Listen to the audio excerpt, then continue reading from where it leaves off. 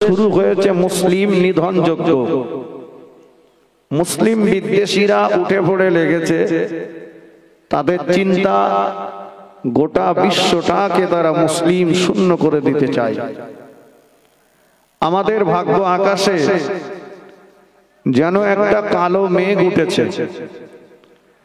এখনো যদি আমরা সাবধান না হই, সচেতন যদি না হই, অজান্তি আমাবস্যার কালো ঘুটঘুটে অন্ধকার রাত নেমে আসবে, যার ফজরের রক্ত হওয়া বড় কঠিন হয়ে যাবে। কেন আমাদের এই দুরবস্থা? পৃথিবীতে বহু ধর্মাবলম্বী মানুষ রয়েছে, কিন্তু মহান আল্লাহ কোরআন পাকের ভিতরে বলেছেন ইন্নাদ দীনা ইনদাল্লাহিল ইসলাম। আল্লাহ বলেছেন আমার মনোনীত, আমার পছন্দনীয় ধর্ম হলো ইসলাম ধর্ম। একটু জোরে বলেন, সবাই মিলে বলতে পারবেন না? এই যে ধর্মটা আল্লাহর মনোনীত, যে ধর্মটা আল্লাহর পছন্দনীয়, সেই ধর্ম যারা গ্রহণ করেছে তারা কি আল্লাহর দুশমন হবে? কথা বলেন। সূত্র তো এটাই বলে, ধর্ম যখন আল্লাহর মনোনীত, তো সেই ধর্ম যারা গ্রহণ করেছে নিশ্চিত তারাও আল্লাহ পাকের মনোনীত। তো আল্লাহর মনোনীত ধর্মের মানুষেরা তারা নির্যাতিত, নিপীড়িত, লাঞ্ছিত, বঞ্চিত, অপমানিত কেন? আমি এসেই আওয়াজ পাচ্ছিলাম, হুজুর বলছিলেন বদরের ময়দানে আল্লাহ 5000 ফেরেশতা নাজিল করেছিলেন। কথা বলছিলেন না? আমি তখন এখানে পৌঁছে গেছি। হুজুর বলছিলেন যে আল্লাহ মশা দিয়ে নমরুদের মতো শয়তানটাকে জাহান্নামে পাঠিয়েছেন। আমরা তো সেই আল্লাহর ইবাদত করি, তো সেই আল্লাহ পাকের পক্ষ থেকে আমাদের সাহায্য আসছে না কেন? মালিকের সঙ্গে যদি দোকানদারের সম্পর্ক ভালো থাকে, টাকা না থাকলেও কিন্তু দোকানদার মালবাড়ি, কথা বলে, পৌঁছে দিয়ে আসবে। জানে যে আমার এই খরিদ্দার, এর কত দাম আছে, এ সময় মতো টাকা দিয়ে দেবে। আর যদি আমি মাল নেওয়ার পরে দোকানদারের সঙ্গে দ্বিচারিতা করি, তাহলে আমার টাকা নিয়ে যাওয়ার পরেও মাল দিতে দেরি করবে। আমার মনে হয় মালিকের সঙ্গে সম্পর্ক আমাদের একটু দূরে সরে যাচ্ছে। ভুল বলেছি? আল্লাহ পাক কোরআন শরীফের ভিতরে জানিয়ে দিয়েছে ওয়ালা তাহিনু ওয়ালা তাহজানু ওয়া আনতুমুল আ'লাউনা ইন কুনতুম মুমিনিন। ও আমার বান্দা বান্দীরা,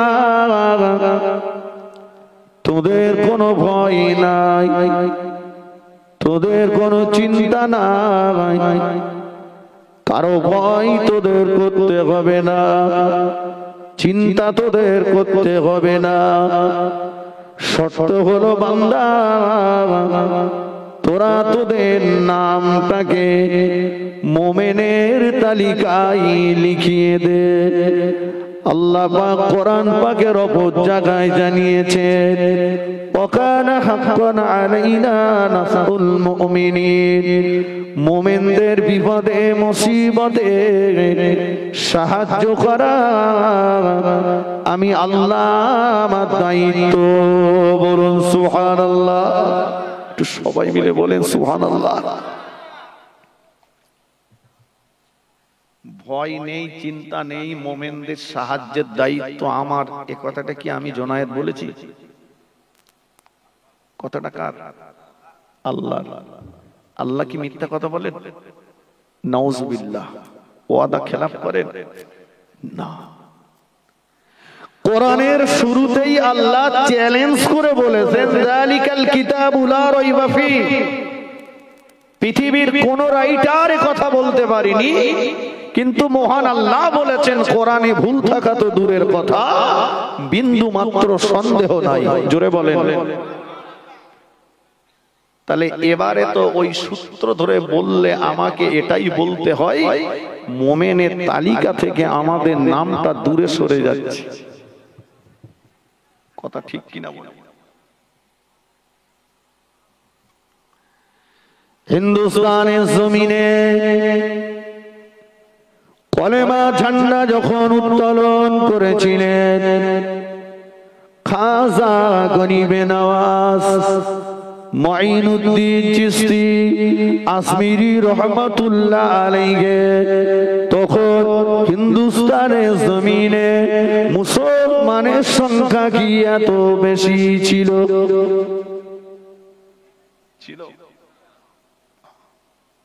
বুঝুন,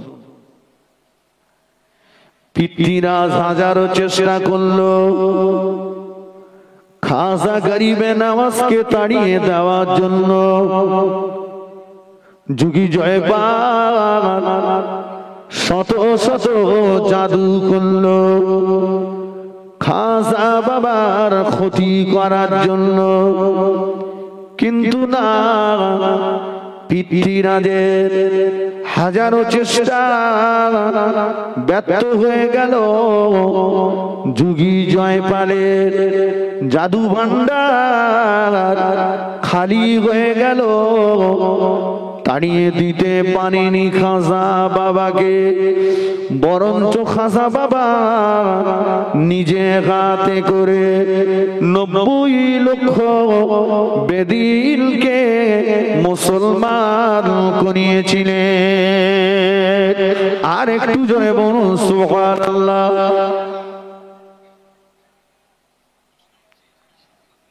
খাজা বাবা জোর করে ধরে টেনে এনে কাউকে কলেমা পড়িয়েছিলেন?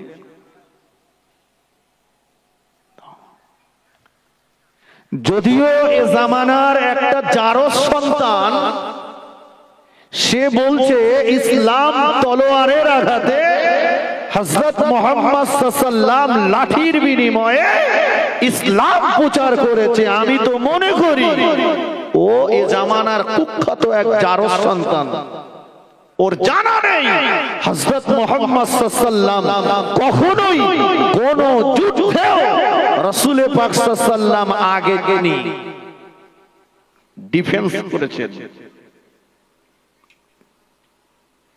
ভাই, খাজা বাবার আদর্শ দেখে মানুষ ঈমান এনে কলেমা পড়ে মুসলমান হয়েছিল। জোরে বলুন, আর একটু জোরে। আর আজ আমাদের আদর্শ দেখে একটা দোকানদার দোকানে মাল ধার দিতেও চায় না। ঠিক কিনা বলে?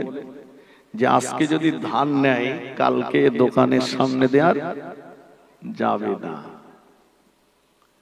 আমাদের ঘরের ছেলেদের ওঠা বসা, এদের খাওয়া দাওয়া, এদের চাল চলন, এদের প্যান্ট শার্ট পরা, এদের চুল কাটা, এদের মদ গেজা চুল্লু তাড়ি বিড়ি বেঈমান বেদিনদেরকেও হারিয়ে দিচ্ছে। কি বলে? ওরাও ভাবছে যে এরা তো আমাদের উপরে চলে গেছে।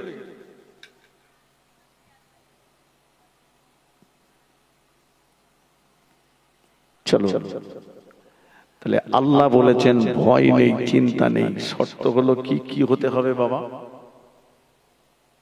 মনে আছে কি হতে হবে? এটা আরেকটুখানি দেন। কি হতে হবে? মোমেন। মোমেন কারা? মোমেনের ডেফিনেশন কি? মোমেনের সংজ্ঞা কি? মোমেন বাপ বড় শখ করে নাম রেখেছে আব্দুল মোমেন। গ্যাজার কুলকে দম না দিলি ঘুম লাগে না। নাম আব্দুল মোমেন, মদ খেয়ে রাস্তায় মাতলামি করছে। নাম আব্দুল মোমেন, সকাল হলে সোচো করে লটারির টিকিট খুঁজে বেড়াচ্ছে। নাম আব্দুল মোমেন, মদ খেয়ে বাড়ি এসে বিবিকে পিটছে। নাম আব্দুল মোমেন। কথা ঠিক কিনা বলেন? এই মোমেন ও তো জাতির কলঙ্ক।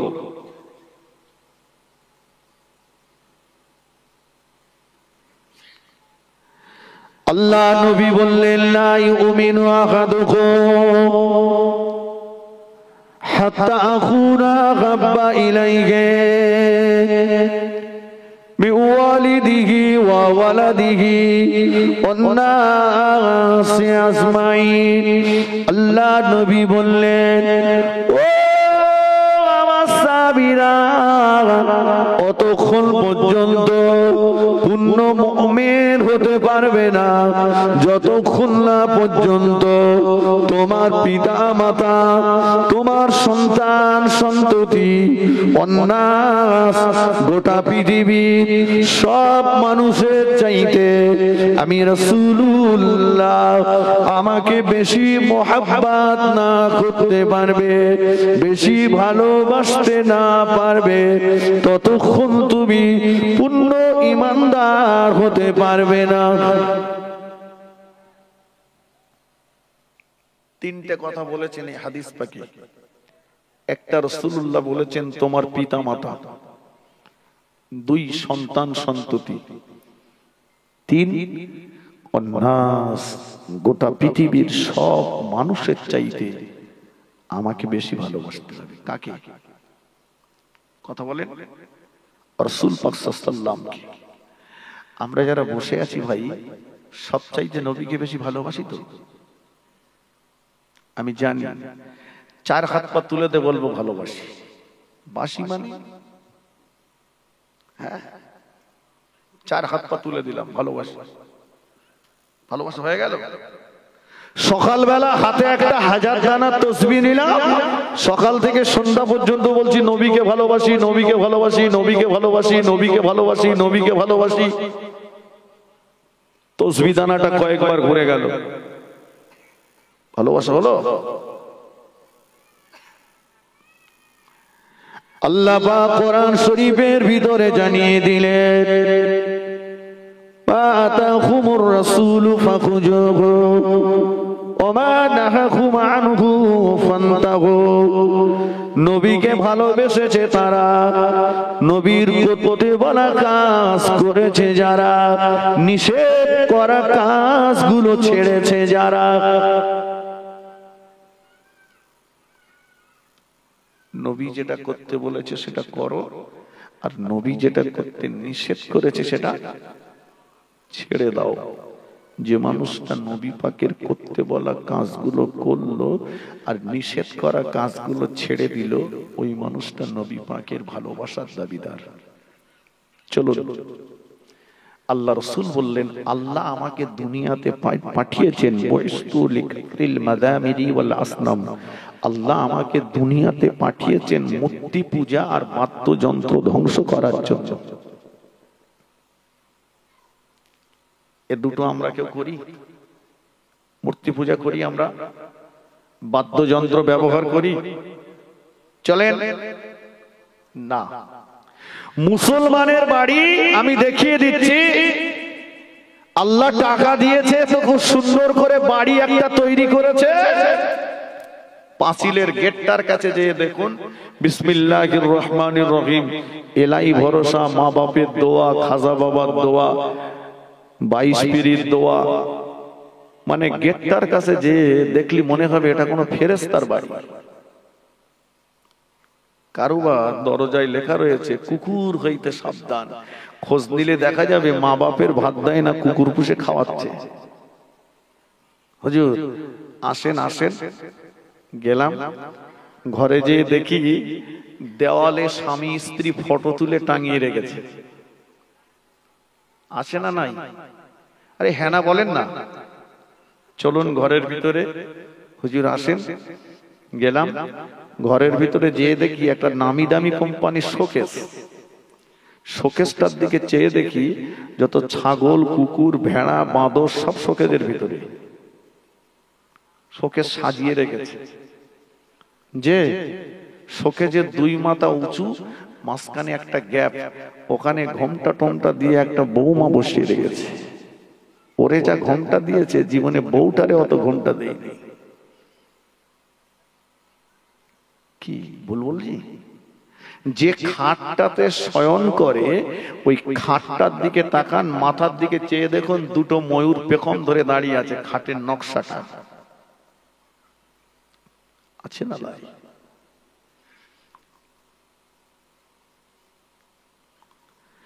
আল্লাহ নবী একটা সফর থেকে ফিরলেন, মিশকাত শরীফের হাদিস বাবা। আম্মা জান আয়েশা সিদ্দিকা রাদিয়াল্লাহু তাআলা আনহা হুজরাতে এসে রাসূলুল্লাহ আমাদের আম্মা জানকে সালাম দিলেন। আম্মা জান সালামের জবাব দিলেন। রাসূলুল্লাহ আম্মা জানের ঘরের দরজার কাছে চুপ মেরে দাঁড়িয়ে আছেন, ঘরে ঢুকছেন না। আম্মা জান আয়েশা সিদ্দিকা রাদিয়াল্লাহু তাআলা আনহা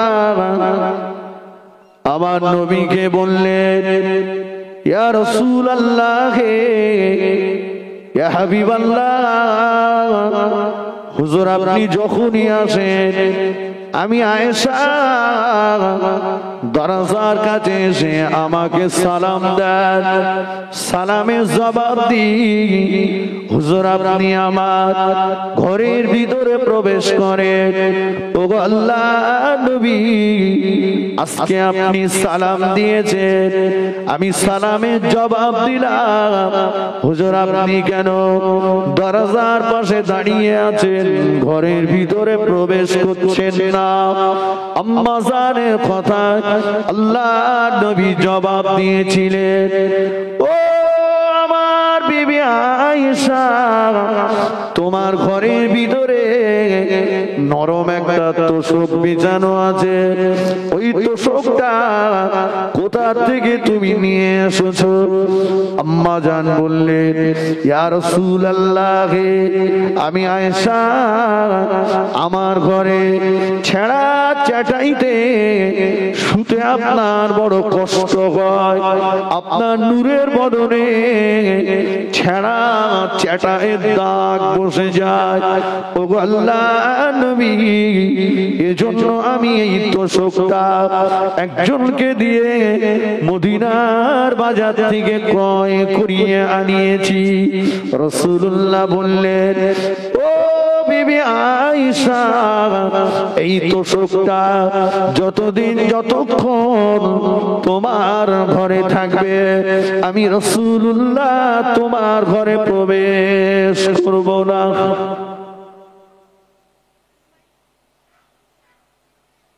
কেন হুজুর, কি অপরাধ আমি করলাম হুজুর, এটা আপনি প্রবেশ করবেন না কেন? আল্লাহ নবী বলেছিলেন, ও আমার বিবি আয়েশা, ওই তোশকটার দিকে তুমি কি দেখছো? আম্মা জান বলে, না ইয়া রাসূলুল্লাহ। রাসূলুল্লাহ বললেন, আয়েশা, ওই তোশকটার উপরে যে কভারটা দেওয়া আছে, ওই কভারে কিছু জীবজন্তু ছবি আছে, ওই কভারে কিছু জীবজন্তুর মূর্তি আছে। ও আয়েশা, লা তাদখুলুল মালাইকা বাইতান ফীহি কিলবু ওয়ালা তাসাবির, যে ঘরে প্রাণীর ছবি আর কুকুর থাকে ওই ঘরেতে আল্লাহ পাকের রহমতের ফেরেশতারা প্রবেশ করে না। আমি রাসূলুল্লাহ ওই ঘরে প্রবেশ করব না।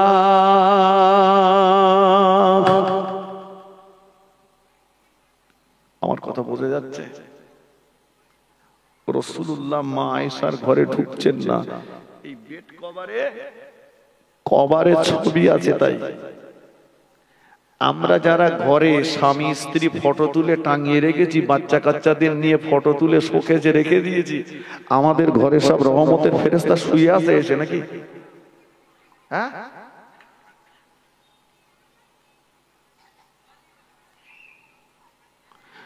ও আল্লাহ নবীর বিবি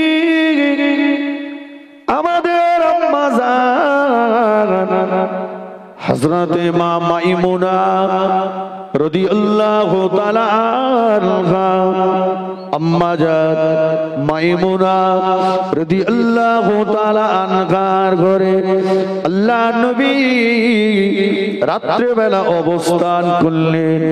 ফজরের আযান হয়ে গেল।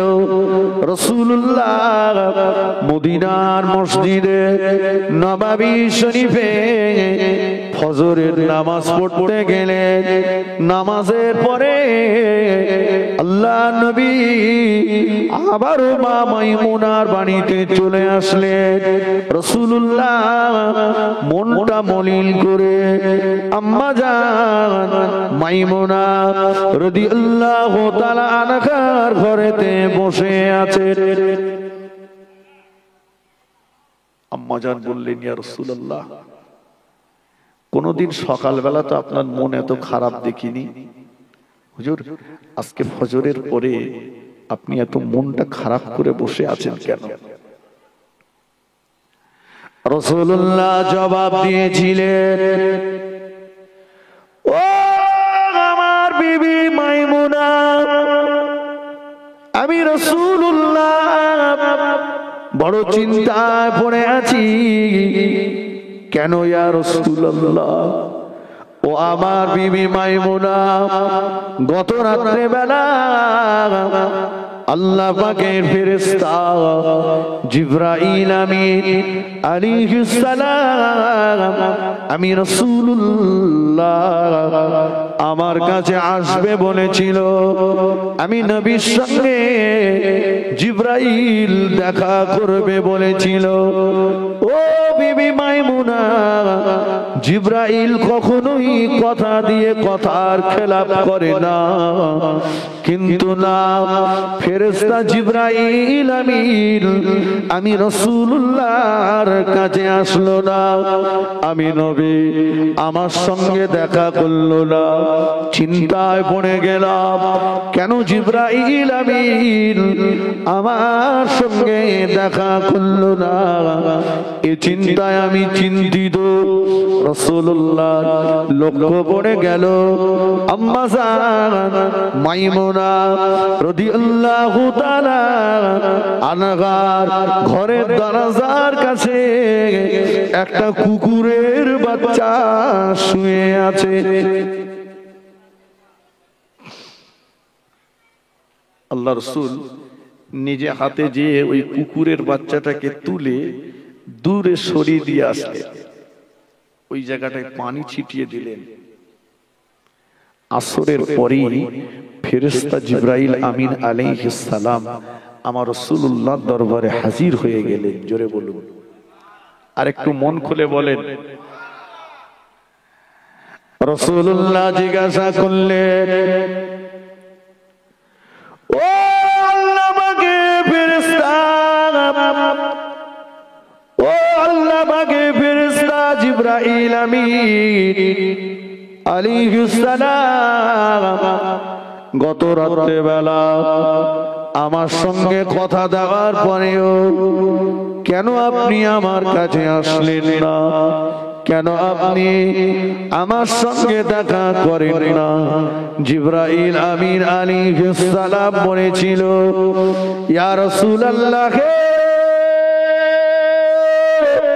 ইয়া হাবিবাল্লাহ, হুজুর আপনার সঙ্গে দেখা করার জন্য আসমান থেকে আমার অবতরণ হয়েছিল। আমি এসেছিলাম, কিন্তু আমি এসে দেখলাম আপনি আপনার বিবি মাইমুনার ঘরেতে অবস্থান করছেন। ওগো আল্লাহর নবী, আমি দেখতে পেলাম মাইমুনার ঘরের দরজার কাছে একটা কুকুরের বাচ্চা শুয়ে আছে। দয়ার নবী গো, এজন্য আমি জিবরাইল আপনার সঙ্গে দেখা না করে চলে গিয়েছিলাম। ও মায়েরা, আল্লাহ নবীর বিবি আমাদের আম্মা জান মাইমুনা রাদিয়াল্লাহু আনহার ঘরের দরজার কাছে কুকুরের বাচ্চা শুয়ে থাকবার কারণে জিবরাইল আমিন যদি আমার রাসূলুল্লাহর সঙ্গে দেখা না করে চলে যান, আমরা যারা কুকুর পুষে পুষে খাওয়াচ্ছি বাবা, আমাদের ঘরে আল্লাহর রহমতের ফেরেশতা আসবে কি মনে হয়?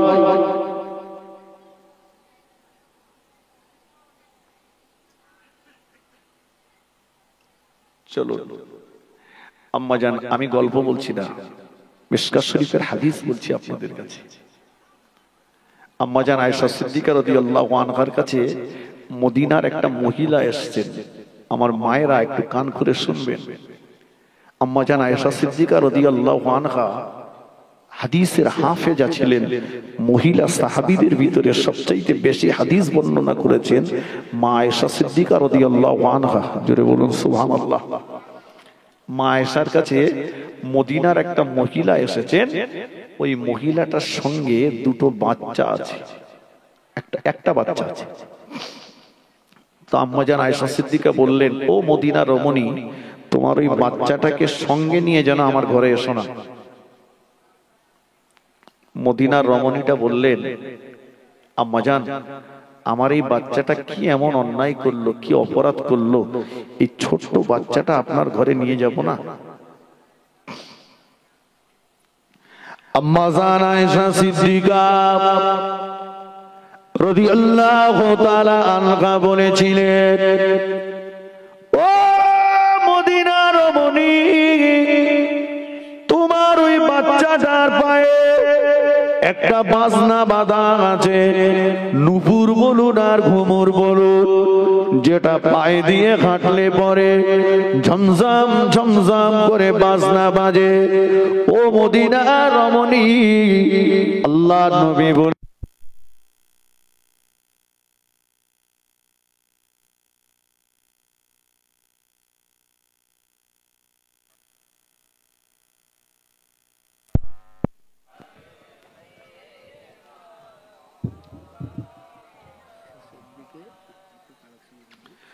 खूब मोहब्बत अल्लाहुम्मा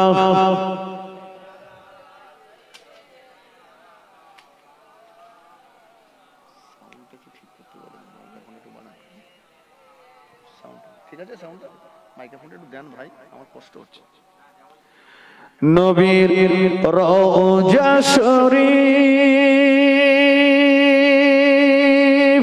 देखे मन भरे ना, दीदार दाओ गो शाहे मदीना। नबीर रोजा शरीफ देखे मन भरे ना, दीदार दाओ गो शाहे मदीना। अल्लाहुम्मा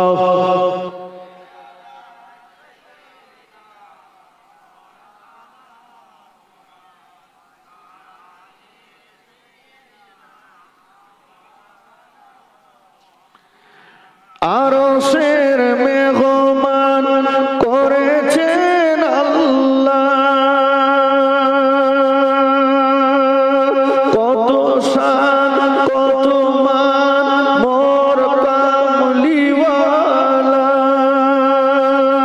ও মদিনাওয়ালা করে করুণা, দিদার দাও গো শাহে মদিনা। নবীর রওজা শরীফ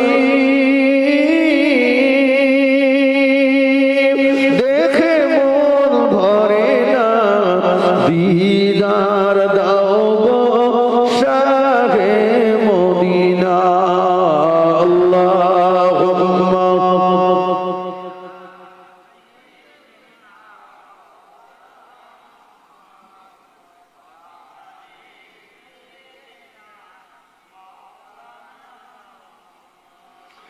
আম্মা জান আয়েশা সিদ্দিকা রাদিয়াল্লাহু তাআলা আনহা বলেছিলেন, ও মদিনা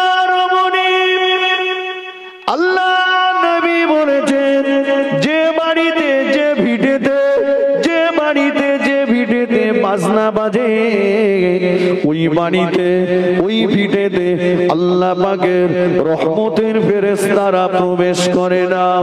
ও মদিনার রমণী, তোমার ওই বাচ্চাটাকে আমার ঘরের ভিতরে প্রবেশ করিয়ে আমি আয়েশা আমার ঘর থেকে আল্লাহ পাকের রহমতের ফেরেশতাদের তাড়িয়ে দিতে চাই না। ও জওয়ানেরা, ও মায়েরা, বোনেরা, ও যুবকেরা, এবারে আপনি বলুন আমাদের বাড়িতে আমাদের ভিটেই বাজনা বাজে না বাজে না? বড় টেলিভিশন সব বাড়িতে না থাকলেও ছোট টেলিভিশন খুব একটা বাড়িতে মিস নাই। কি বলে? আমিও নবীর জীবনী জানি বলো, বলে গেলি তো। আমি যদি এখন তায়েফের ঘটনা বলি, আমি যদি এখন রাসূলুল্লাহর উপর অত্যাচার নির্যাতনের কথা বলি, বসে বসে চাচা কাঁদবে। ওহ, এত কষ্ট। চাচা কাঁদছো কেন? বলছে বাবা, এই আমার সঙ্গে যে কুকুরটা আছে, কুকুরটা না খেয়ে মরে যাচ্ছে। তাই তোমার ওই প্যাকেটে কি? বলে প্যাকেটে রুটি। বলে ওই তো দুটো দিলি কুকুরটা খেয়ে বাঁচে। বলে দূর বাবু, কাঁদতে হয় 1 মাস বসে বসে কাঁদবো, কিন্তু ঝোলা রুটি বার করবো না। কথা বোঝেননি? শুধু কেঁদে লাভ হবে না, ঝোলা রুটি বার করেন। কেন আমরা মার খাচ্ছি? হাদিস শরীফে এসেছে তোমাদের উপরে যেগুলো আসছে এগুলো তোমাদের 2 হাতের কামাই করা ফসল।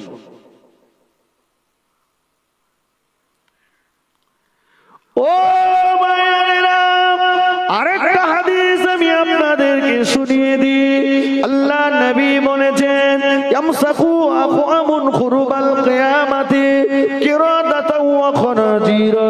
আল্লাহ নবী বললেন, ও আমার সাহাবীরা, আখিরি জামানাতে কিয়ামতের নিকটবর্তী সময়েতে একদল মানুষের চেহারা আকৃতিগুলো শুকর আর বাদরের মতো হয়ে যাবে।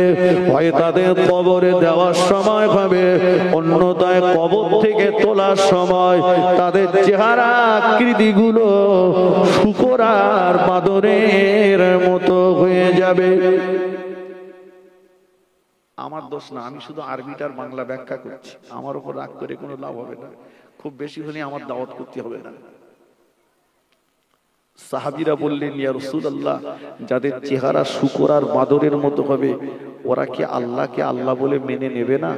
ওরা কি আপনাকে রাসূল বলে মানবে না? আল্লাহ নবী বলেছিলেন, ও আমার সাহাবীরা, ওরা আল্লাহকে আল্লাহ বলে মেনে নেবে, ওরা আমাকে রাসূল বলে মেনে নেবে। শুধু এতটুকুই নয়, বাল্লুহুম ইয়াসাল্লুনা, ওরা নামাজ পড়বে, ওয়া ইয়াসুমুনা, ওরা রোজা রাখবে, ওয়া ইয়াহুজ্জুনা, ওরা হজ করবে। আমি রাসূলুল্লাহ বললাম, নামাজ পড়ার পরেতেও, রোজা রাখবার পরেতেও, হজ করার পরেতেও ওদের চেহারা আকৃতিগুলো শুকর আর বাদরের মতো হয়ে যাবে। আল্লাহ নবী সাহাবীরা ডুগুরে ডুগুরে কাঁদতে লাগলেন, ইয়া রাসূলুল্লাহ, ইয়া হাবিবাল্লাহ, যারা আল্লাহকে আল্লাহ বলে মেনে নেবে, যারা আপনাকে রাসূল বলে মেনে নেবে, নামাজ পড়বে যারা, রোজা করবে যারা, হজ করবে যারা, দুনিয়ার বাহ্যিক দৃষ্টিতে তো দেখতে পায় তারা ঈমানদার, কিন্তু তাদের চেহারা আকৃতিগুলো শুকর আর বাদরের মতো কেন হয়ে যাবে? ওগো দয়ার নবী, কি অপরাধ তাদের ভিতরে থাকবে?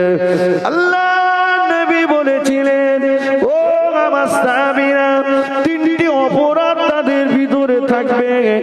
1 নম্বরে রাসূলুল্লাহ বললেন, ইত্তাখাযুল কায়নাত, তারা গায়িকা স্ত্রী লোক দিগের গান শুনতে বড় ভালোবাসবে। 2 নম্বরে বাদ্যযন্ত্রগুলো তাদের কাছে বড় পিয়ারি হবে। একতারা সেতারা ঢোল তবলা কাশি এই বাজনাগুলো তাদের কাছে বড় পিয়ারি হবে। রাসূলুল্লাহ বললেন তারা গায়িকা স্ত্রী লোকদের গান শুনতে ভালোবাসবে, বাড়িতে বাড়িতে বাদ্যযন্ত্র ব্যবহার করবে, বাদ্যযন্ত্রগুলো তাদের কাছে বড় পিয়ারি হবে। আমি রাসূলুল্লাহ বলছি ওদের চেহারা আকৃতিগুলো শূকর আর বাদরের মতো হয়ে যাবে।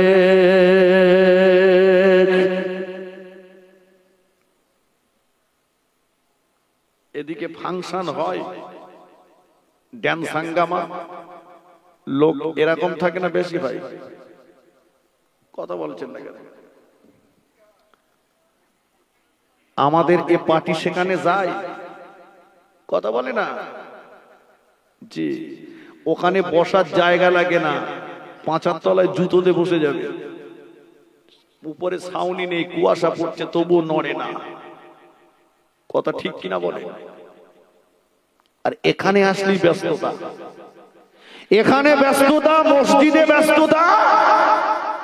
দেখবেন কিছু মুসল্লি আছে মসজিদে গেলে ওদের জমের জ্বালা চড়ে, মসজিদে গিয়ে তিরিবিরি করে কখন বেরোবো। সারা সপ্তাহ যায় না, শুক্রবার একটু যায়, 2 রাকাত পড়ে আর পালায়।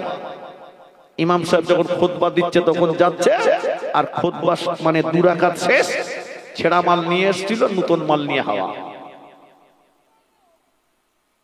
কি বলে? ভুল বলছি? ইমাম সাহেবের কেরাত যদি লম্বা হয়, বায়ান যদি লম্বা হয়, দোয়া যদি লম্বা হয়, মসজিদ থেকে বেরিয়ে বলছে ইমাম আর চলবে না, এরে বাদ দাও। কেন? বলছে খেয়ে খেয়ে গায়ে তেল জমে গেছে। দোয়ার বেগ দেখো। হ্যাঁ, ইমাম সাহেবের কেরাত লম্বা হয়েছে, বয়ান দোয়া লম্বা হয়েছে, বাইরে দাঁড়িয়ে ইমাম সাহেবের সমালোচনা করছিল যারা, একটু পরেই দেখবেন এরাই আবার চায়ের দোকানে বসে বসে ঘন্টার পর ঘন্টা পরের গীবত করছে, সেখানে ওদের ব্যস্ততা নাই। কথা ঠিক কিনা? আর সমাজে অধিকাংশ চায়ের দোকানদার, বেশিরভাগ চায়ের দোকানদার গুলো হয়েছে হাইব্রিড হারামখোর। কথা বুঝেননি? চায়ের দোকান মানে একটা মেয়ে ছেলে লাগবে সেখানে, চায়ের দোকান মানে একটা টেলিভিশন লাগবে সেখানে, চায়ের দোকান মানে 4টে করে লোক মোনাজাত করবে সেখানে। মোনাজাত বোঝেন? এই মোনাজাত বোঝেন? তুরুপ মারবে, হয় না এদিকে নাকি? তাস খেলে না? তাহলে চলেন রাত্রে দেখিয়ে নিয়ে আসছি। মেয়ে ছেলে দোকানদার, কারণ এরা মনে করেছে বেটা ছেলে দিলে যে খরিদ্দার হবে তার থেকে মেয়ে ছেলে বসালে খরিদ্দারের বেশি চাপ। চাচা মসজিদ থেকে বেরিয়েই সেই দোকানে যে বসে ড্যাম ড্যাম করে দেখছে আর চা খাচ্ছে। হ্যাঁ, তুমি যদি যাও তাহলে যুবক ছেলেটা মনে করবে চাচা যখন গিয়েছে আমার আর অসুবিধা নেই। সময়টা তোমার মসজিদে দিতে এত কষ্ট হয়? হ্যাঁ, কিচ্ছু জানে না, শুধু মসজিদে যে টপ মারতেছে সেজদা। এই দেখলাম ঢুকলো এর মধ্যে, আসসালামু আলাইকুম রাহমাতুল্লাহ, আল্লাহুম্মা আমিন, জমি দাও, জায়গা দাও, ঘর দাও, বাড়ি দাও, টাকা দাও, পয়সা দাও, দুনিয়ার মাল চাচ্ছে। মাল জানো সব রেখে গেছে। বলে খোকা এত নামাজ কালাম পড়তেছি, মাল চাচ্ছি তা দেয় না তো। আমি বলি চাচা শোনো, তুমি তো অনেক কিছু চাইলে, তাই নামাজের পাটিক দাঁড়ানোর দোয়াটা বলো দিন। বলছে খোকা ওইটা একটু বড় মতো না, এটা হয় না। আচ্ছা আত্তাহিয়াতুটা বলো দিন। বলে এই দেখো তুমি বড় মতন ধরতোস কেন, ও তো বড়, ও হয় না। দোয়া মাসুরা, দোয়া কুনুত বলে একই ব্যাপার, তুমি তো বড় ধরলে, বড় হয় না। তো হয় না, তো তুমি এত মাল চাচ্ছ কেন? ভুয়ো রেশন কার্ডে কত মাল নেবে? তুমি নামাজ পড়ে একটু বলো আল্লাহ আমি জানি না, যেভাবে পড়েছি আল্লাহ কবুল করে নাও। সেসব ওর বলা না, শুধু বলতে আল্লাহ মাল দাও। রাস্তার ধারে ওর জমির পাশে 2 কাঠা বিক্রি হবে, তাই মসজিদে যে আল্লাহ বিল্লাহ করতে, আল্লাহ এটা যেন আমার হয়, খোদা এ যেন হাত ছাড়া না হয়। কত বুঝেননি? আরে নামাজ পড়তে যেত না, দায় সারা নামাজ পড়তে যাচ্ছে। চাচা মোটে নামাজ পড়ে না, তা ভাইপো বলছে চাচা তুমি নামাজ পড়ো না, লোকে খুব খারাপ বলে। বলে বলে বলুক কি যাক, আমি ছাগলের ব্যবসা করি, ছাগল খুঁজতে গেলে আমার নামাজ পড়া হয় না। তা ভাইপো বলছে চাচা ছাগল তোমার খুঁজতে হবে না, তুমি নামাজ পড়ো, মান সম্মান আমাদের আর থাকলো না, তোমার মাসে মাসে একটা করে ছাগল আমরা দেবো। বলে খোকা তুই দিবি? বলে হ্যাঁ দেবো, তুমি নামাজ পড়া ধরো, তোমার মাসে মাসে একটা করে ছাগল দেবো। চাচা বলে 3 তারিখ ঠিক রাখিস, কাল থেকে শুরু। চাচা পরের দিন থেকে নামাজ পড়া শুরু করেছে। কিসের জন্য বলেন দিন? কথা বলে ছাগলের জন্য। ঠিক যেদিন মাস পুড়ে গেছে, চাচা এসে ভাইপোর বাড়ি হাজির। ভাতিজা বলছে বলো চাচা। বলে বলো চাচা মানে? এই তুই বললি মাস গেলি ছাগল দেবো, আমার তাগাদা করতে হবে কেন? মাস পুড়ে গেছে, তুই ছাগল আমার বাড়ি পৌঁছে দিবি, আমার চাইতে আসতে হবে কেন? তুই তো বলিনি ছাগল দে। ভাতিজা বলে চাচা তুমি তো জানো আমি গরিব মানুষ, তুমি নামাজ পড়তে না, লোকে খারাপ বলতো, তাই বলেছিলাম নামাজ পড়ো ছাগল দেবো। তুমি যখন নামাজটা পড়া ধরেছো চাচা, নামাজ ছেড়ো না, আমি গরিব মানুষ, আমি ছাগল দিতে পারবো না। চাচা বলে খোকা আমি জানতাম তুই ছাগল দিতে পারবি না, সেই জন্যই আমিও যে কদিন নামাজ পড়েছি উজু করিনি। আচ্ছা এই চাচা উজু করে যায়নি, শুধু গেছে দায় সারতে। কেন বলেন? ছাগল নেবে তাই। চাচা যদি মনে করতো নামাজ পড়লে আল্লাহ খুশি হবে, তাহলে কিন্তু ওযু করেই মসজিদে যেত। ঠিক কিনা বলেন? তো আমাদের তো কিছু মানুষ এরা শুধু যাচ্ছে মাল নেবে বলে, আল্লাহ যেন আমার হয়, আল্লাহ যেন আমার হাতছাড়া না হয়, ওই জন্যই যাচ্ছে। আসলে নামাজের নিয়ে মসজিদে গেলে এত ব্যস্ত হবে। নবী পাকের সাহাবীরা সাহাবা হুজুরদের বাড়িতে যে যদি জিজ্ঞাসা করা হতো সাহাবা হুজুর কোথায় গেছেন, যদি বাড়ি থেকে বলতো যে সাহাবা হুজুর বাজারে গিয়েছেন, কখন আসবে? বলে একটু দাঁড়ান, এক্ষুনি আসছে, ওই তখন ফিরে আসছে। আর যদি বলা হতো সাহাবা হুজুর কোথায় গেছেন, বাড়ি থেকে যদি বলতো সাহাবা হুজুর মসজিদে গেছেন, কখন আসবে? সাহাবা হুজুরদের বিবিরা বলতেন কখন আসবে বলা যাবে না। কথা বোঝেননি? আর আমাদের বাড়িতে যে কেউ যদি খোঁজ করে ভাই কোথায়, তা বলে তোমার ভাই মসজিদে গেছে, কখন আসবে? বলে দাঁড়াও ওই আসলো বলে, আসতেছে। ভাই কোথায় গেছে? বাজারে। কখন? বলে দুপুরের বাজার, বাড়ি আর নাও আসতে পারে। আল্লাহ নবী সাহাবী হযরত আবু তালহা রাদিয়াল্লাহু তাআলা আনহু গরিব মানুষ ছিলেন বাবা। সাহাবা হুজুরদের ভিতরে তিনি অত্যন্ত গরিব মানুষ ছিলেন, কিন্তু আবু তালহা রাদিয়াল্লাহু তাআলা আনহু হুজুর আমার 5 ওয়াক্ত নামাজ অনেকটা রাস্তা পায়ে হেঁটে হেঁটে হেঁটে হেঁটে হেঁটে হেঁটে মদিনার মসজিদে নববী শরীফে আল্লাহ নবী বিজনে ইক্তেদা করে জামাতের সঙ্গে আদায় করতে। চুরে বলতে পারেন না অনেকটা। ও ভাইয়ানেরা, মদিনার মসজিদে নববী শরীফে আসরের আযান হয়ে গিয়েছে। আবু তালহা রাদিয়াল্লাহু তাআলা ওযু করে রেডি হয়ে নিচ্ছেন, মসজিদে যাবে। হুজুর আমার যখনই মসজিদে যেতে, বাড়ি থেকে ওযু করে মসজিদে যেতে, কারণ যে মানুষটা বাড়ি থেকে ওযু করে মসজিদে রওনা হলো, ওই মানুষটা যেন ইহরাম পরে আল্লাহ পাকের খানায় কাবা শরীফে রওনা হয়ে গেল। জোরে বলে,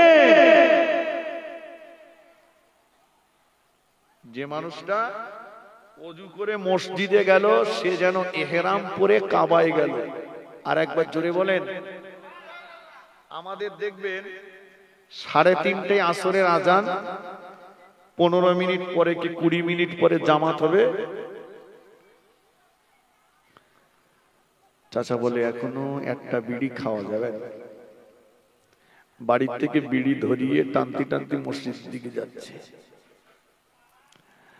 মসজিদের গেটের কাছে যে এইবার শেষ টান,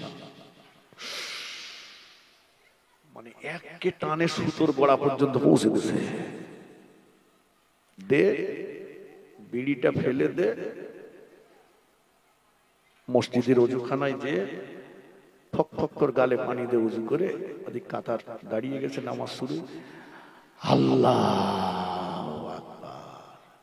আর গাল দিয়ে ভক ভক করে বিড়ির গন্ধ বেরোচ্ছে।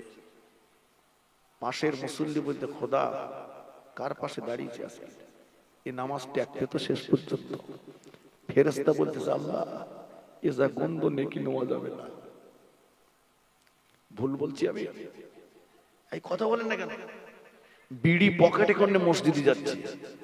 রমজান মাসে সারাদিন একটু খায় না, চুপচাপ থাকে, তা বিড়ি দিয়ে যদি ইফতার করা জায়েজ থাকতো, ও বিড়ি দিয়ে ইফতার করত। ইমাম সাহেবের বলতে কুলুত ছুরু দে মারো, মানে নামাজ পড়ে বাইরে এসেই সাজাল ধরিয়ে দিয়েছে। মানে সারাদিন যা খাইনি, মাগরিবের পর থেকে এসার মধ্যে অর্ধেকটা হেবা তুলে নেবে। সাহাবা হুজুর যখনই মসজিদে যেতেন, বাড়ি থেকে ওযু করে মসজিদে যেতেন। জোরে বলুন, আর একবার জোরে বলেন। হুজুরে বিবি এসে সামনে দাঁড়িয়ে গেল। ও আমার প্রাণের স্বামী, কোথায় যাবে? আহারে হুজুর বললেন, বিবি আসরের আযান হয়ে গিয়েছে, নামাজ পড়তে যাব। হুজুরের বিবি বললেন, প্রাণের স্বামী গো, চলে যান, আমি আপনাকে নিষেধ করব না, আমি আপনাকে বাধা দেব না, তবে শুধু একটা কথা স্মরণ করিয়ে দিচ্ছি, নামাজের পরে যেন দেরি করবেন না, তাড়াতাড়ি বাড়ি চলে আসবেন। আমাদের সোনার মানিক ছেলেটার বড় জ্বর, ছোড়ার মানিক ছেলেটা বড় অসুস্থ, দেরি যেন করেন না, তাড়াতাড়ি বাড়ি চলে আসবেন। আবু তালহা রাদিয়াল্লাহু তাআলা আনহু বলেছিলেন, বিবি ও আমার বিবি, রোগ দেওয়ার মালিক যে আল্লাহ, সেবা দেওয়ার মালিকও সেই আল্লাহ।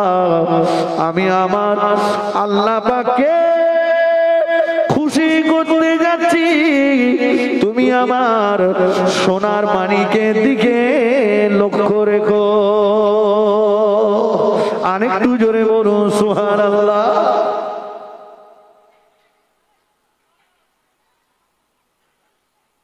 ছেলের জ্বর, ছেলে অসুস্থ, আমরা বলি নামাজ পড়তে যেতাম। একটু হ্যাঁ না বলেন, ইতিকাফের নিয়তে আছেন নাকি? চাচা শুক্রবারে তাই নামাজ পড়তে যায়নি, শুক্রবারে জুমা কাজা। পরের রক্তে এসেছে, ইমাম সাহেব জিজ্ঞেস করছে, চাচা শুক্রবারে তুই জুমার নামাজে তোমার দেখলাম তো। বলো বাবু নামাজ, জানিস আমার কি সর্বনাশ হয়েছে? বলে কি? বলে সে আমার আধার কার্ডে নাম ভুলে গেছে, আমার নাম হচ্ছে শুকুর আলী, আধার কার্ডে আমার নাম হয়েছে কুকুর আলী। চাচা বলে, খোকা বিডিও অফিসে গেছিলাম সেই নাম সংশোধন করতে, চাচা কুকুর আলী থেকে শুকুর আলী হবে বলে নামাজ ছেড়ে দিয়েছে। বলে নামাজ যাই যাক, আগে কুকুর আলী ঠিক করি। চিন্তা করে কত নামাজ ছেড়ে এখন থেকে কত পার্টি সিগন্যাল দিচ্ছে। কি হয়েছে? বলে ডাক্তার বলেছে খালি পেটে থাকা যাবে না, তার মানে ও হারামি রোজা করবে না, এখন থেকে সিগন্যাল মারতেছে। রোজার নামে প্রয়োজন নেই, অথচ খালি এই শেষের দিকে ইমাম সাহেব বলবে, হাজ সাহেব ঈদ কবে হবে?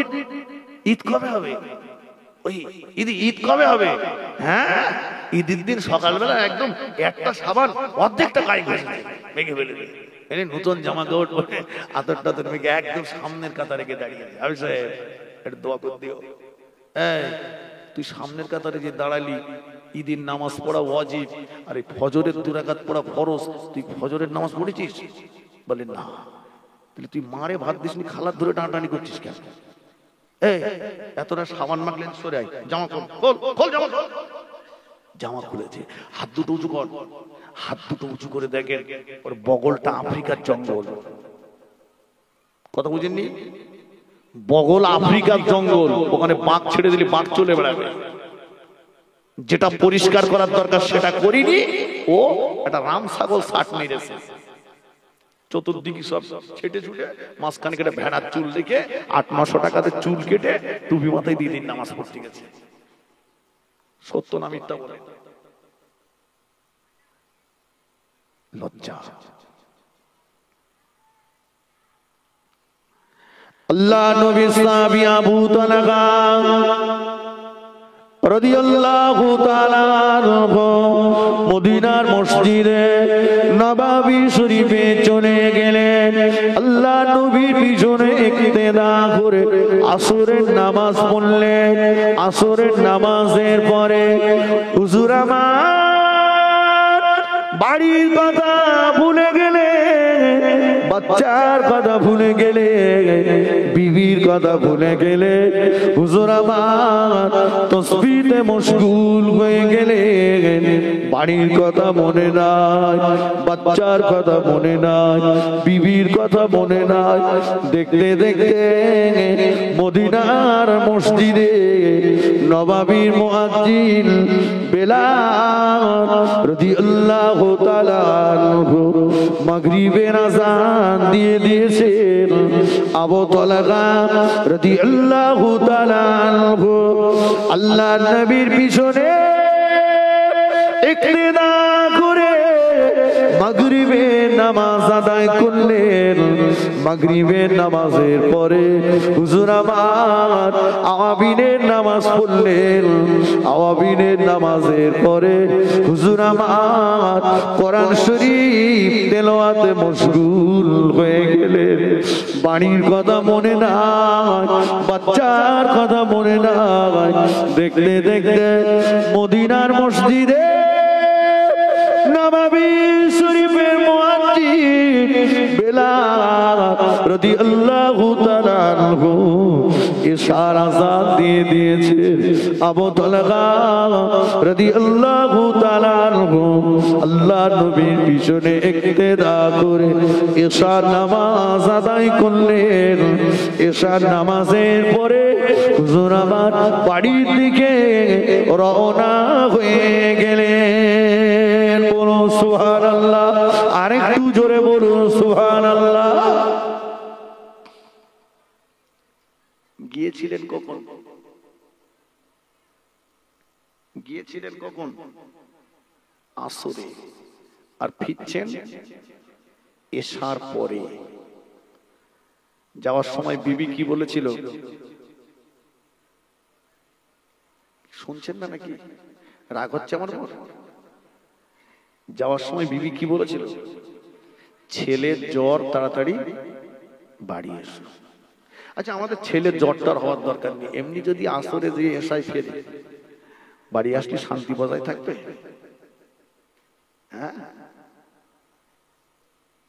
আল্লাহু আকবার। এজন্য রাসূলুল্লাহ বলেছেন, বিয়ে করার জন্য 4টে গুণ দেখো একটা মেয়ের। সবচাইতে বেশি প্রাধান্য দাও, দেখো মেয়েটা দিনদার কিনা। বেশি প্রাধান্য দিতে বলেছে, দেখো মেয়েটা কি কিনা, দিনদার কিনা। আর আমরা শুধু দেখতেছি মালদার কিনা, বল দিন যাতে মাল আছে। হ্যাঁ, ছেলের বাপটা এমনি হাজির মাল টামাল মাথায় দিয়ে মেয়ে দেখতে গেছে, গিয়ে বলছে, মা আমি বলো কোরআন জানা মেয়ে খুঁজতেছি, তুমি কোরআন জানো? মা বলে, জানি মানে 7-8 বার এপার থেকে ওপারে গেছি। হ্যাঁ, এই কথাটা বলে বলে কপাল ভালো। আমার মাঝে মাঝে চিন্তা হয়, মেয়েটা যদি ছেলের বাপটারে জিজ্ঞাসা করে, আপনি তো আমাকে জিজ্ঞাসা করছেন কোরআন জানি কিনা, কিন্তু যার জন্য আমাকে দেখতে এসেছেন আপনার সেই হীরের টুকরো ছেলে, সে কোরআন জানে তো? সে তো কলকে কোম্পানির ম্যানেজার। কলকে কোম্পানির ম্যানেজারের জন্য কোরআন জানা মেয়ে খুঁজতেছ? ওটারই কোরআন শেখাওনি কেন? আচ্ছা, আল্লাহু আকবার। আমরা মেয়েগুলোকে শেখাই, কিন্তু ছেলেগুলো না না। বলে ও এমনি, যে ছেলের ঠ্যাং বেঁকা ওর দাম তাই 70,000, 500 করে ফেলতে পারে না, ওর দাম 70,000। বলছে অ্যাপাসি চাই, অ্যাপাসি। ওরা যদি বলা হয় এই অ্যাপাসি বানান কর দিন, ও অ্যাপাসি বানান জানে না, শ্বশুর বাড়িতে অ্যাপাসি কৌনি। হ্যাঁ, চাচা মসজিদের আগের কাতার ছাড়ে না, ওখান থেকে ওঠে না, মানে আমি কিছু জানি না, যা জানে বড় জামাই, ওটা বড় দালাল। মারলে তসবি তোলা দিচ্ছে কি আল্লাহ আল্লাহ আল্লাহ বলে, ঘাট জোড়ে ঘুরে তোর ঘাড়ে শির কেটে মাল খেয়েছে। জাহিলিয়াতের যুগে, মূর্খতার যুগে মেয়ে হলে জীবন্ত মেয়েগুলোকে বালির ভিতরে কবর দেওয়া হতো। এটা শিক্ষিতের জামানা, কম্পিউটারের যুগ, চালাক চতুরতার যুগ, মোবাইল স্যাটেলাইটের যুগ। এখন আর বালির ভিতরে কবর দেয় না, তবে হাজার হাজার মেয়েদের জীবন চলে যাচ্ছে টাকার ভিতরে। কথা ঠিক কিনা? যাচ্ছে না ছেলেটাকে না, খালি হুজুর আসলে, হুজুর একটু দোয়া করেন, হুজুর আমার এই বেটাটার জন্য দোয়া করেন। কেন? বলছে বেটা আমার ভাত দেয় না, বাপ বলে ডাকে না, ওর মারেও মা বলে ডাকে না। আমি বলি বেটা যেটা করছে অন্যায়, অপরাধ, কিন্তু আপনি যদি বাড়িতে ন্যাংড়ার আম গাছ বসান, ওই ন্যাংড়ার আম গাছে হিমসাগর আম খাবো, এ চিন্তা করাটা আপনার বোকামি ছাড়া আর কিছুই নয়। কথা ঠিক কিনা? আপনি গাছ বসিয়েছেন কিসের? ন্যাংড়ার। আপনি হিমসাগর খেতে যাচ্ছেন কেন? রাসূলুল্লাহর আব্বা, রাসূলুল্লাহর আম্মা বিয়ে হলো, প্রথম বাসর রাত স্বামী স্ত্রী দুজন ওযু করলেন, বাসর ঘরে গেলেন, আল্লাহ সন্তান দিলেন। সন্তান হলো সমস্ত নবীদের বাদশা। জোরে বলেন, জোরে বলেন। বড় পীর সাহেবের আব্বা, বড় পীর সাহেবের মা বিয়ে হলো, প্রথম বাসর রাত স্বামী স্ত্রী দুজন ওযু করলেন, নামাজের পাটি নিলেন, বাসর ঘরে গেলেন, দুজন 2 রাকাত নামাজ পড়লেন, স্বামী স্ত্রী একত্রিত হলেন, আল্লাহ সন্তান দিলেন। সন্তান হলো সমস্ত ওলিদের বাদশা। জোরে বলে, আরেকটু জোরে বলে। আমাদের আব্দুল কাদেরের বাপ বাসর ঘরে যাচ্ছে 3 বান্ডেল বিড়িলে, গেজার খোলকে দম মেরে চুল্লু আর মদের ঠেক থেকে উঠে এসে, বিবি টেকা গোলাপ মারতে মারতে উঠে এসে মোবাইলে নেকেট ছবি আর হারাম প্রোগ্রাম দেখতে দেখতে কেউ যদি বিবির সঙ্গে সহবাস করে, ও কোম্পানিতে কখনো আল্লাহর ওলি জন্ম নেবে না, ওখানে বুনো ওল জন্ম নেবে। খেলি গাল চলবে, তেঁতুল খেয়েও রক্ষা হবে না। কথা ঠিক কিনা বলে? কোথায়? ভাবতে অবাক লাগে। একটা ভালো বাচ্চা জন্ম দিতে গেলে, একটা ভালো বাচ্চা হলে একটা ভালো মায়ের দরকার, কিন্তু কোথায় কোথায় একটা মোবাইল কিনে দোকানদারকে বলছে স্ক্রিনে একটা, বডিতে একটা, স্ক্রিনে একটা মারা হয়েছে, স্ক্রিনে দাগ হবে না, বডিতে কভার দেওয়া হয়েছে, বডিতে দাগ হবে না। অথচ বিয়ে করে বউটাকে বাড়ি আনছে একটা মশারির নেট ছেঁড়া মাথায় দিয়ে। পরের দিন বিউটি পার্লার থেকে লোক এনে সাজিয়েছে, সাজিয়ে আমার তো প্লাস্টিকের চেয়ার, একটা সিংহাসন এনে বসিয়ে দিয়েছে। ও যেন সরকারি বউ। কে বউ বলেছি? সরকারি বউ। যে যা পারো এসো, মুখ দেখো আর মাল দে যাও, মুখ দেখো আর মাল দে যাও, মুখ দেখো আর মাল দে যাও। ভুল বলছি আমি? এই কথা ভুল বলছি? আজকে পর্দা কোথায়? পর্দা নেই, পর্দা ফ্রিজে, পর্দা আলমারিতে, পর্দা শোকেজে, পর্দা টেলিভিশনে। যেখানে যেখানে পর্দা দেওয়ার দরকার ছিল সেখানে পর্দা নাই। মেয়েরাই বাজার করছে আজকে। আপনি বলবেন আমার স্ত্রী বাজার করতে যায় না।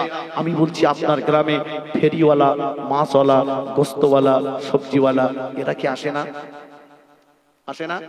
আপনাদের গ্রামে আসে? হ্যাঁ। আর ও এসে বাড়ির ভিতর ঢুকে যাচ্ছে।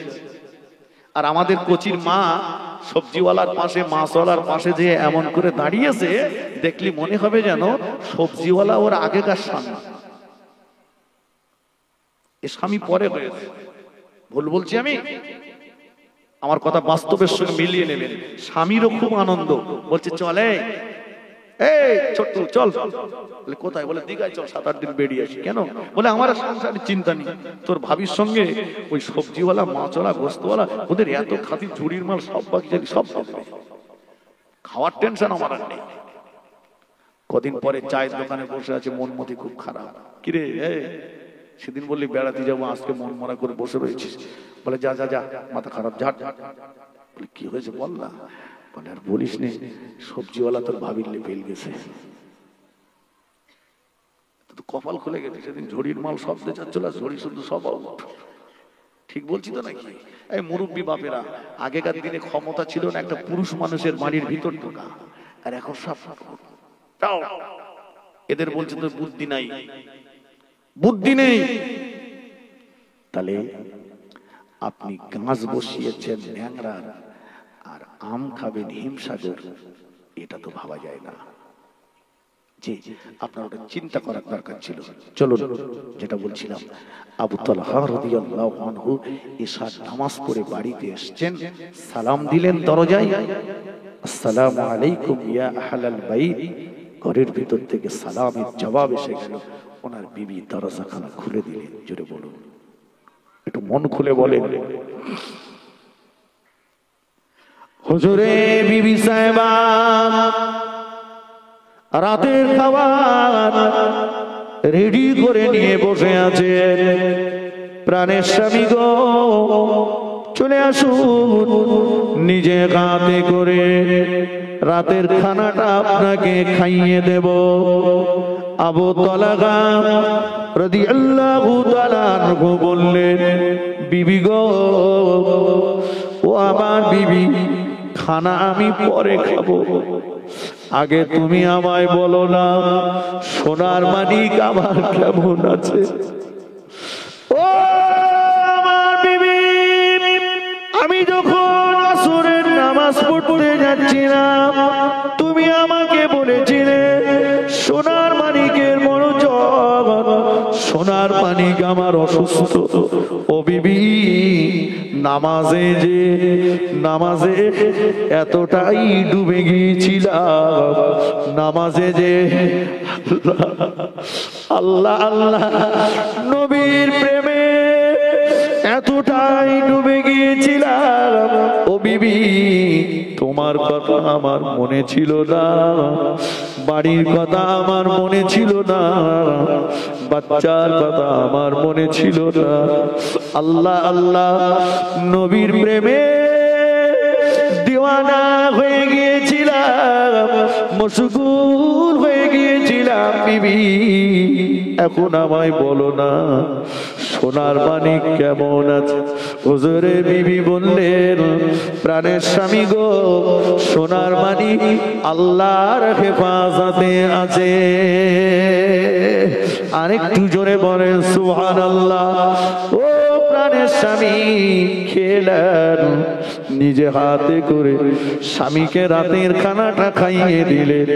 খাওয়ানোর পরে বললেন, প্রাণের স্বামী গো, সারাদিন আপনার সেবা করার সুযোগ পাই না, চলুন আরামের বিছানায় একটু আরাম করুন, বালিশে মাথা রাখুন, আমি একটু আপনার সেবা করি। আবু তালহা রাদিয়াল্লাহু তাআলা আনহু বালিশে মাথা রাখলেন। হুজুরের বিবি সাহেবা হুজুরের খেদমতে নিয়োজিত হয়ে গেলেন। হুজুর আমার তন্দ্রাচ্ছন্ন হলেন, ঘুমের ভিতরে ঢলে পড়লেন। হুজুরের বিবি সাহেবা হুজুরের বালিশে মাথা রেখে উনিও ঘুমিয়ে গেলেন। দেখতে দেখতে রাত পার হয়ে গেল, ফজরের রক্ত এসে গেল, আজান হয়ে গিয়েছে, বেলাল আজান দিয়েছে। আবু তালহা রাদিয়াল্লাহু তাআলা আনহুর ঘুম ভেঙে গেল। হুজুরের বিবি সাহেবা ঘুমটাও ভেঙে গেল। হুজুর আবার ওযু করে রেডি হয়ে নিচ্ছেন, নামাজ পড়তে যাবেন। হুজুরের বিবি সাহেবা সামনে এসে দাঁড়িয়ে গেল, প্রাণের স্বামী গো, নামাজ পড়তে যাবেন, তবে যাওয়ার আগে আমায় দুটো কথার একটু জবাব দিয়ে যাবেন। আল্লাহুম্মা সাল্লি আলা।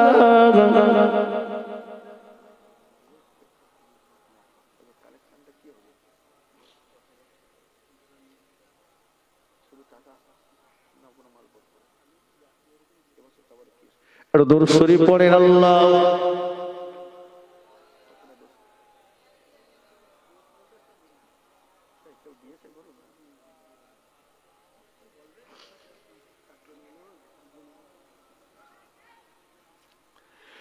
মুসিবত না পাই যদি,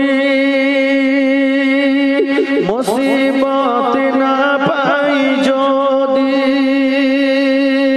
করুণা তোমার কবরে হাসরে কি হবে আমার, কবরে হাসরে কি হবে আমার।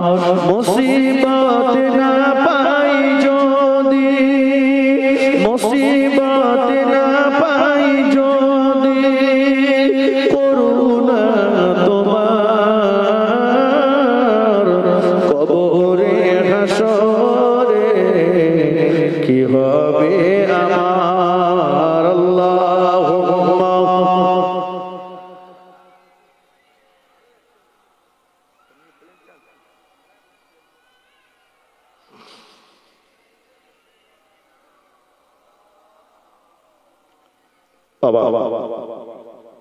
বক্তব্য লম্বা করব না। আবু তালহা রাদিয়াল্লাহু আনহু ফজরের নামাজ পড়তে যাবেন, তারপর বাকি অংশ কি এটাই পর্যন্ত থাক, আল্লাহ চাইলে আবার পরে কখনো মৌকা দিলে হবে। যে এই মাহফিলটা আগামী বছরে আবার হবে না, বন্ধ হয়ে যাবে, আপনারা কি বলছেন? একটু কথা বলে। জি, আমরা যারা এবছর আসি আগামী বছরে থাকবো, গ্যারান্টি আছে? নাই। রাসূল বলেছেন আন-নাওমু আখুল মাউত, ঘুম হলো মরণের ভাই। কোন মানুষ যখন ঘুমিয়ে যায় তার ভিতর থেকে রূহটা বেরিয়ে যায়, ওই রূহটা আসমান আর জমিনের মাঝখানে ঘুরতে থাকে, ঘুরে ঘুরে এসে যখন মানব দেহের ভিতরে প্রবেশ করে তখনই তার ঘুম ভাঙে। বাড়ি যাব, ঘুমিয়ে যাব, রূহ বেরিয়ে যাবে, ফিরে আসবে, গ্যারান্টি নাই। আমি গুনাহগার, আমি মুসাফির, আমি আমার এই দুটো হাত একাধিকবার আল্লাহর খানায় কাবার দরজা ধরার তৌফিক দিয়েছেন। দুটো হাত তুলে আপনাদের জন্য একটু দোয়া করব। আছেন আগামী বছরে এই মাহফিলে তাবারুকের জন্য আমার একজন দুজন ভাই মিলে আগামী বছর একটা গরু দিতে পারবেন, এরকম নিয়ে মনটা বড়, কলিজাটা বড়, অন্তরটা আল্লাহ বড় করেছেন। আমি গুনাহগার, দোয়া করে যাই।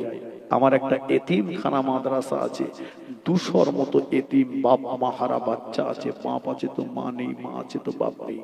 আমি ওদেরকে নিয়ে আপনাদের জন্য দোয়া করব। ওয়াদা করলে পূরণ করতে হয় না? হয় না? হয়। জি, আছেন একজন ভাই বলতে পারবেন যে আগামী বছরে আমি একা কি আমরা দুজন তিনজন মিলে আগামী বছরে এই মাহফিলের তাবারুকের জন্য একটা গরু দেব, পারবেন? কেউ আছেন?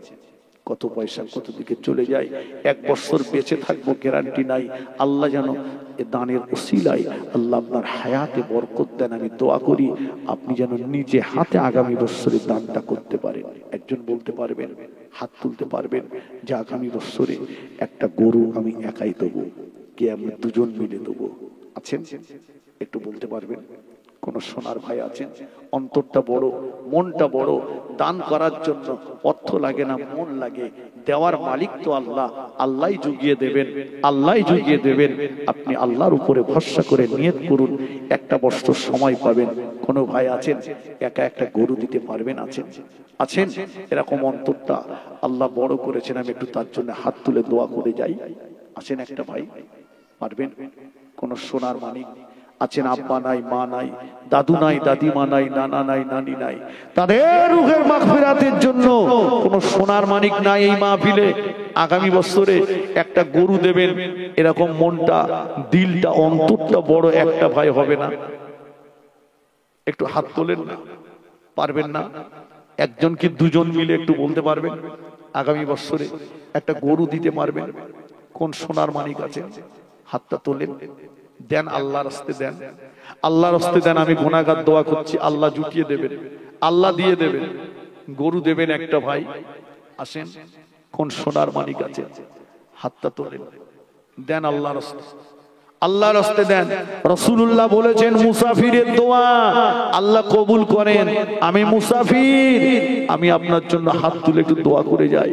এতিম বাচ্চাদের ঘরে নিয়ে আপনাদের জন্য দোয়া করব। আছেন একটা ভাই বলতে পারবেন? একজন কি দুজন মিলে একটু বলতে পারবেন? একটা গরু দেবেন। আল্লাহ কার অন্তরটা, দিলটা, কলিজাটা আল্লাহ বড় করেছেন। দান করার জন্য মনের দরকার হয়, মন, মন, মন। আছেন?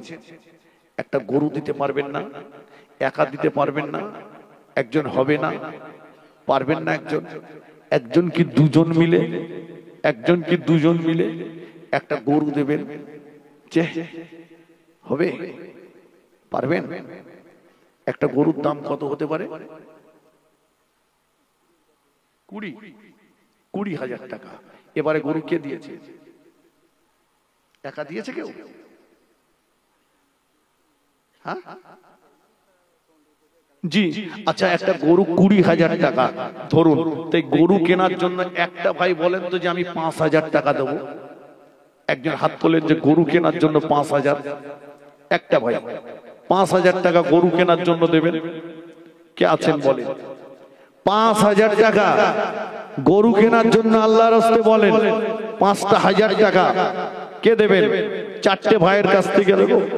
এক নম্বরে কে আগে হাত তুলতে পারবেন?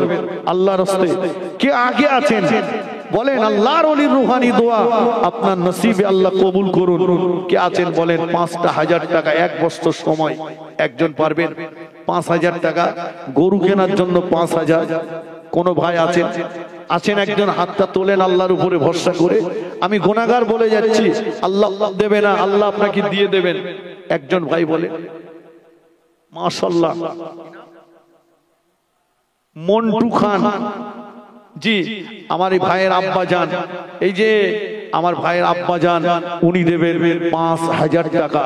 একটু জোরে বলেন আলহামদুলিল্লাহ। এই কচিরা জোরে বলো নারায়ে তাকবীর। সবাই মিলে বলেন নারায়ে তাকবীর। তাকবীর দিলেও সওয়াব আছে। জোরে বলেন না নারায়ে তাকবীর, নারায়ে তাকবীর। মন্টু খান বলুন জিন্দাবাদ। 5,000 টাকা বলুন মারহাবা, নারায়ে তাকবীর। আমি হাত তুলে দোয়া করব 4 জনের জন্য।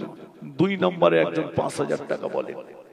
2 নম্বরে 5,000 টাকা ওমর খান। 2 নম্বরে বাবা যুবক ভাইরা একটু তাকবীর দাও না, নারায়ে তাকবীর। একটু জোরে বলো নারায়ে তাকবীর, নারায়ে তাকবীর। আমার ভাই ওমর খান বলুন জিন্দাবাদ। ওমর খান বলুন জিন্দাবাদ। 5,000 টাকা বলুন মারহাবা, নারায়ে তাকবীর। 3 নম্বরে 5,000 টাকা কে দেবে? 3 নম্বরে 5,000 টাকা। 3 নম্বরে বলেন। 2 জন হলো, আমি 4 জনের জন্য হাত তুলে দোয়া করে যাই। 3 নম্বরে একজন 5,000 টাকা বলেন। কোন ভাই আছেন? মুরব্বী বাবাজি আছেন, মা আছেন, বোন আছেন। 5,000 টাকা 3 নম্বরে কোন ভাই বলেন? কে আছে? কোন সোনার মালিক আছে? দেন, আল্লাহর রাস্তায় দেন, আল্লাহর রাস্তায় দেন। দোয়া করি আল্লাহ কঠিন কঠিন বিমার থেকে আপনাকে, আপনার বাচ্চাদেরকে আল্লাহ হেফাজত করেন। বলেন 3 নম্বরে 5,000 টাকা আল্লাহর রাস্তায় নিয়ত করেন। বিমার থেকে, ব্যাধি থেকে, রোগ আল্লাহ হেফাজত করেন। কে আছেন 3 নম্বরে? বলেন 3 নম্বরে 5,000 টাকা। হাত তোলেন একজন। কে আছেন? হাত তোলেন। 3 নম্বরে 5,000 টাকা। কোন ভাই আছে? 3 নম্বরে 5,000 টাকা। আল্লাহ রাসূল বলেন 5,000 3 নম্বরে চাইলাম। আল্লাহর কোন বান্দা, কোন বান্দি আছেন, কোন নওজওয়ান যুবক আছেন, মুরব্বী বাপেরা আছেন, আল্লাহর রাস্তায় 5,000 টাকা 3 নম্বরে একটু হাতটা তোলেন, তোলেন, আল্লাহ দেবেন। আল্লাহ বলেন 3 নম্বরে 5,000 টাকা। কোন ভাই? হবে না বাবা? 3 নম্বরে একজন 5,000 টাকা দিতে পারবেন না? আর দুটো ভাই হবে না? আর দুজন হবে না? একটু বলেন। আর দুজন 5,000 করে বলেন। 3 নম্বরে 5,000 টাকা। একজন আল্লাহর বান্দা বলেন 5,000 টাকা দেন, নিয়ত করুন আল্লাহর উপরে ভরসা করে। আল্লাহ কঠিন কঠিন ব্যাধি বিমার থেকে আল্লাহ আপনাকে শেফা দেবেন, আল্লাহ হেফাজত করবেন।